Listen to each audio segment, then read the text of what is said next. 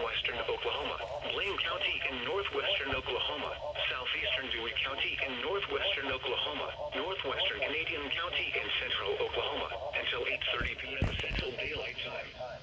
At 7:51 p.m. Central Daylight Time, severe thunderstorms were located along a line extending from 10 miles west of Hennessey to near Hitchcock to 3 miles north of Oakwood to 5 miles south of Taloga, moving south at 20 miles an hour.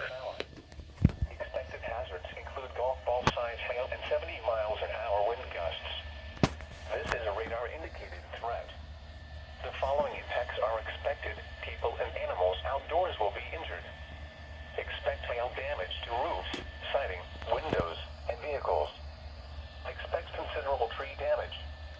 Wind damage is also likely to mobile homes, roofs, and buildings.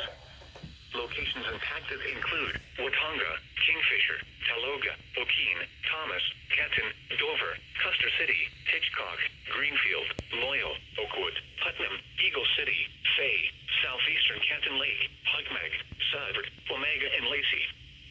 For your protection, move to an interior room on the lowest floor of a building.